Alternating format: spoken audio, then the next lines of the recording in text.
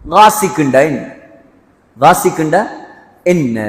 Caustic என்பதற்கு 2 விளக்கம், பல விளக்கங்கள், முக்கியமான 2 விளக்கம். ஸல்லல்லாஹு அலைஹி வஸல்லம் ஒரு நாள் பௌர்ணமி நாள் இரவுடைய நேரம் உட்கார்ந்திருக்கிறார்கள். திருமிதியில வருது, ஹஜ்ரத் ஆயிஷா ரலியல்லாஹு அன்ஹா பக்கத்தில் அமர்ந்திருக்கிறார்கள்.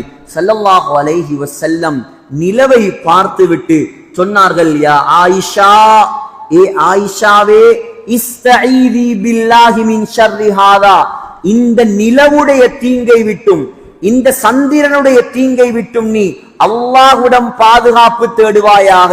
ஃபஇன்ன ஹாதா ஹுவல் காஸிகு இதா வகப். சூரத்துல் ஃபலக்ல அல்லாஹ் சொல்றானே, வமின் ஷர்ரி காஸிகின் இதா வகப், அந்த காஸிக் என்பது இந்த சந்திரன் தான். அப்ப எப்படி வரும் தர்ஜுமா? தர்ஜுமா எப்படி வரும்? டிரான்ஸ்லேட், சந்திரனுடைய தீங்கை விட்டும் நான் அல்லாஹ்விடம் பாதுகாப்பு தேடுகிறேன். சரி, சந்திரன்ல என்ன பிரச்சனை இருக்குது? சந்திரன்ல என்ன பிரச்சனை? அது அழகானது, ஒளி வீசக்கூடியது, அதுல பயப்படுறது கொண்டும் இல்லையே என்று பார்த்தா, அந்த சந்திரன் அல்லாஹுடைய ஒரு அட்டாட்சியாக படைச்சிருக்கிறான். வருடத்துல ஒரு முறை என்ன உண்டாகும்? ஹுசூஃபுல் கமர், சந்திர கிரகணம் உண்டாகுமா இல்லையா? லூனா எக்லிப்ஸ் சொல்லுவாங்க, சந்திர கிரகணம். அந்த சந்திர கிரகணம் இருக்குதே, அது அல்லாஹ்வுடைய ஒரு அட்டாச். புகாரியில வருது, கிரகணம் வந்தாலே ஸல்லல்லாஹு அலைஹி வஸல்லம் பயந்துருவாங்களாம். ஏன்? கியாமத் நாள் வந்துடுமோ. சந்திர கிரகணம்டா என்ன? சந்திரனுடைய முழு ஒளியும் இல்லாம போயிட்டு இருட்டா போயிடும். சூரியனுடைய முழு ஒளியும் இல்லாம போயிட்டு இருட்டாயிரும். இதுக்கு பேர் தான் கிரகணம்.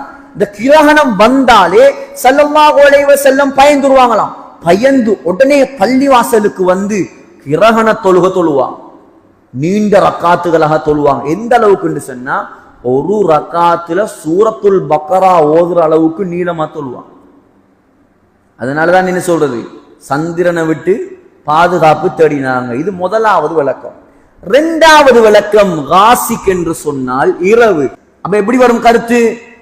இதா வகப் வ மின் ஷர்ரி காசிகின் இதா வகப். வகப் என்று சொன்னா மூடிக்கொள்ளக்கூடிய இரவின் தீங்கை விட்டும் நான் அல்லாஹ்விடம் பாதுகாப்பு தேடுகிறேன். சரி, இரவுல என்ன பிரச்சனை? இரவு விட்டு ஏன் பாதுகாப்பு தேடணும்?